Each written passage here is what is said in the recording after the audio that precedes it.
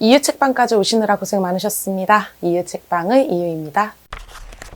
네, 여러분 안녕하세요. 2024년 한 달 잘 지내셨나요? 벌써 한 달이 지나갔는데요. 이 한 달이 지나가면 제가 꼭 하는 것들이 있어요. 제가 한 달 동안 어떤 책들을 읽었는지 정리를 해보기도 하고요. 다음 달의 목표를 한 번 더 세워보기도 하고요. 이것저것 굉장히 분주하게, 특히 2월은 정말 분주하게 지내는 달이기도 한데요. 이번 2월에 제가 1월에 읽은 책들을 쭉 정리를 해보니까 이 영상을 찍어도 되나 싶을 정도로 적게 읽었더라고요. 하지만 읽은 책들을 한 번씩 쓱 적어보니까 내가 이런 식으로 좀 마인드가 변했었구나 라는 거를 깨달을 수 있었던 아주 알찬 시간이었습니다. 그러면 제가 어떤 책들을 읽었는지 소개시켜드리면서 제가 어떻게 생각이 조금 변했고 앞으로 어떤 마음가짐을 갖고 있는지에 대해서 같이 한번 말씀드려보도록 할게요. 우선 저는 1월에 3권의 책을 읽었습니다. 그래서 이렇게 3권의 책을 한번 정리를 해봤는데요. 물론 더 많은 책을 읽었더라면 저의 뿌듯함이 좀 달랐겠지만 그래도 적으면서 그래도 내가 읽은 책들에 대해서 되게 꼼꼼히 재밌게 읽었구나 라고 생각을 했고요. 첫 번째로 읽은 책은 이즈미 마사토의 부자의 그릇이라는 책을 읽었습니다. 저는 소설이라고 생각하고 읽었는데 이게 경제사상 이론서에 분류가 되어 있더라고요. 이 돈을 다루는 법에 대해서 설명을 해주는 어찌 보면 경제 입문서라고 할 수 있는 것인데요. 그런데 내용 자체는 정말 소설처럼 구성이 되어 있기 때문에 읽는데 저는 그냥 소설이다라고 생각하고 읽었어요. 일본의 어떠한 가장이 평범한 회사를 다니다가 그만두고 사업을 하다가 성공을 하고 그러다 큰 실패까지 맛본 후에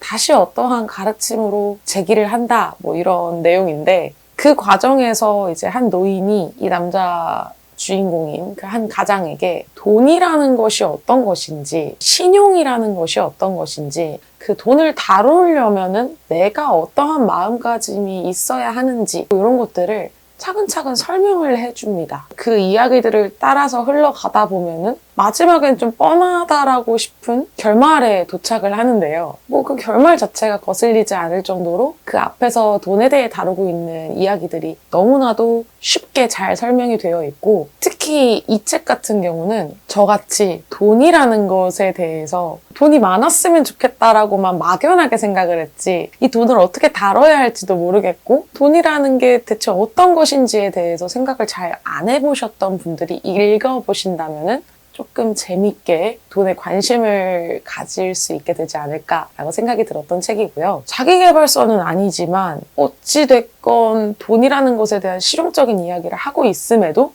소설처럼 풀어나갔기 때문에 읽는데 거부감이 없이 정말 재밌게 읽을 수 있었던 책이었습니다. 제가 지금까지 읽었던 책들을 보면 매해 첫 책은 제가 좋아하는 작가의 소설 또는 에세이 이런 식으로 읽었었는데 이 부자의 그릇이라는 책은 그 첫 프레임 문장이 돈을 다루는 능력을 키우는 법이라고 적혀 있어요. 그거를 보고 읽은 거거든요. 그렇기 때문에 나의 관심사가 조금 달라졌구나라는 거를 이 책을 통해서 더 느낄 수가 있었습니다. 내가 지금 가진 돈 안에서 낭비하고 있는 것은 무엇인지 그리고 내가 만약에 나에게 어떠한 큰 돈이 들어온다면 나는 그것을 어떻게 다룰 것인지 그런 생각을 많이 했거든요. 그래서 읽어본 책이었고 이 책을 읽고 나서 오히려 좀 경제 관련된 뉴스, 경제 관련된 책들을 읽는 것에 있어서 두려움이 사라졌어요. 여전히 읽을 때 모르는 이야기들이 너무 많은데도 이제는 그것을 읽는 것에 대한 두려움이 많이 사라지고 용기가 생겨고요. 저는 좀 늦었는데 이제 뭔가 돈에 대해서 배워가고 싶으신 분들이 읽어보신다면은 참 재미있게 읽으실 수 있는 책이 아닐까라는 생각을 했습니다. 두 번째로 읽은 책은요. 제가 지난번에 영상 올렸었죠. 줄리 스미스의 마음은 어떻게 다룰까라는 책을 읽었습니다. 이 책 같은 경우는 제목이 너무 마음에 들기도 했고 제가 좀 심리적으로 힘든 시기를 계속 겪고 있기 때문에 좀 읽어보고 싶더라고요. 그래서 이 책은 작년부터 지금까지 그냥 계속 꾸준히 거의 한 3, 4회독을 한 책이거든요. 보이실진 모르겠는데 보시면 이렇게 좀 제가 책 귀퉁이도 잘 안 접는데 귀퉁이도 접고 포스트잇도 붙이고 정말 지저분하게 읽은 책입니다. 제가 이 책을 읽으면서 좀 많이 달라진 건 일기를 더 열심히 쓰게 되었다는 점이에요. 이전에는 일기를 쓰는 것에 있어서 막연히 오늘 했던 일, 나의 감정을 좀 뜬구름 잡듯이 적었었다면 이 책 같은 경우는 내가 불안함이 올라왔을 때 그 불안이 어디에서 기인하는 것인지 이런 것들을 알아갈 수 있는 다양한 방법들을 챕터별로 설명을 해주고 있기 때문에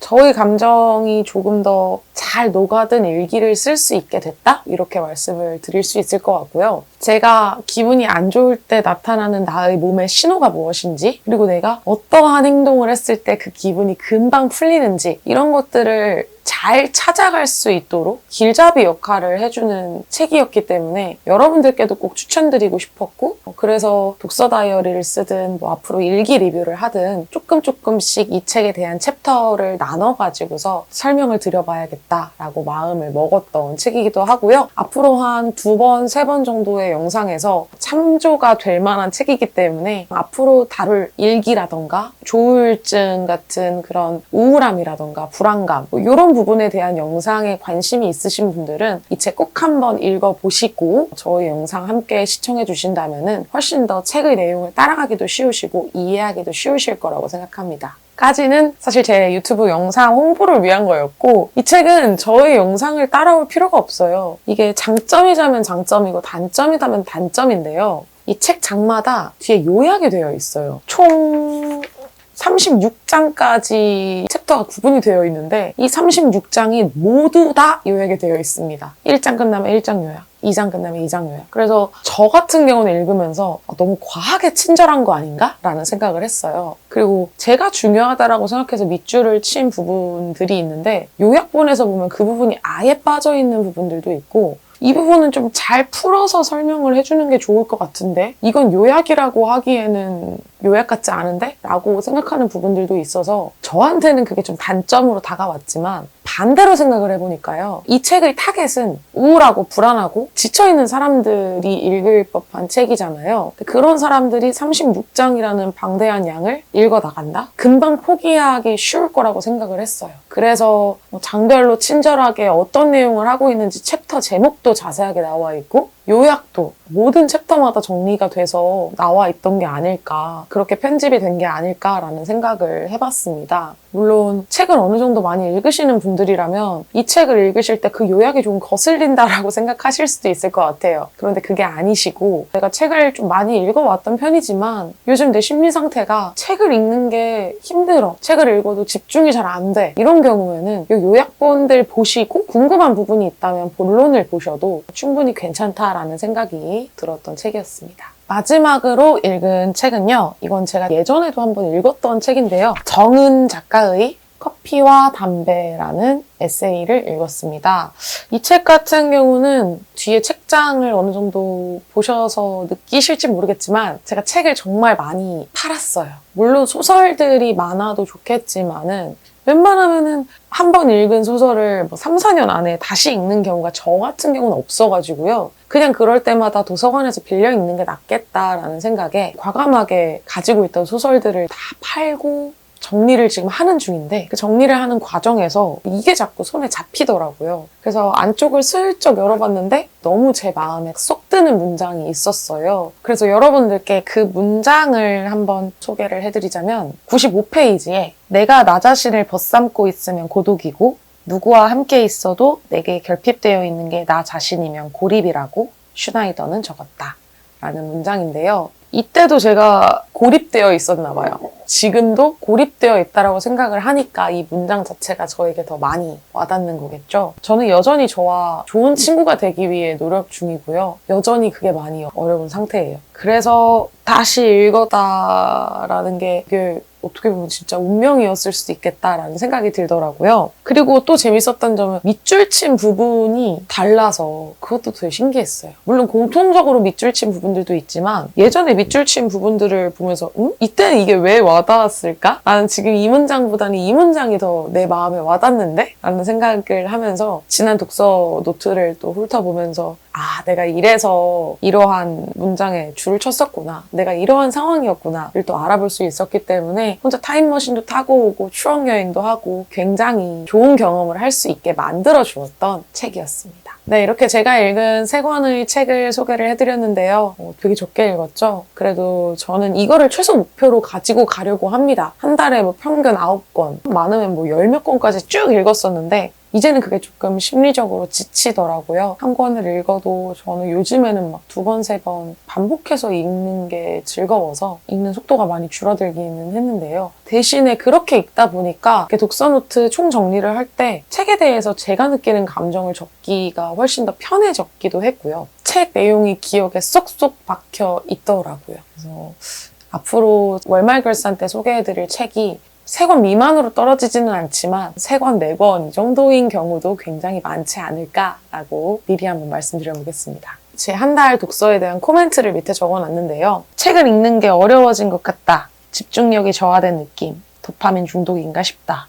다음 달에는 도파민에 관련된 책을 읽어보아야겠다. 그래도 꾸준히 읽고 기록했다는 사실에 스스로를 칭찬해주자. 이렇게 적었는데 제가 매 월말 결산 때마다 말씀드리잖아요. 책을 뭐 얼마나 많이 읽었고 이런 게 중요한 게 아니라고. 어쨌건 책을 읽었다라는 것 자체로도 여러분들이 스스로를 칭찬해주는 시간을 꼭 가져보셨으면 좋겠고요. 말씀드렸다시피 저는 그래서 지금 도파민에 관련된 책들을 열심히 찾아보고 어떤 게 좋을까, 어떤 걸 읽을까 지금도 고민을 하고 있습니다. 2월에 읽어서 3월에 완독을 하게 될 수도 있겠지만 어쨌건 이번 독서 계획까지 이렇게 말씀을 드려봤고요.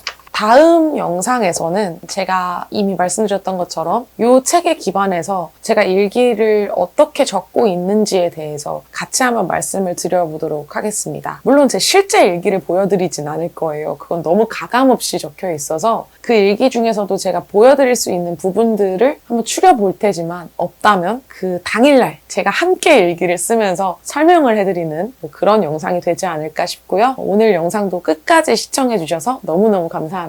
다음 영상도 기대되신다면 좋아요하고 구독하고 알람 설정까지 부탁드리고요. 그러면 모두들 조심히 내려가세요.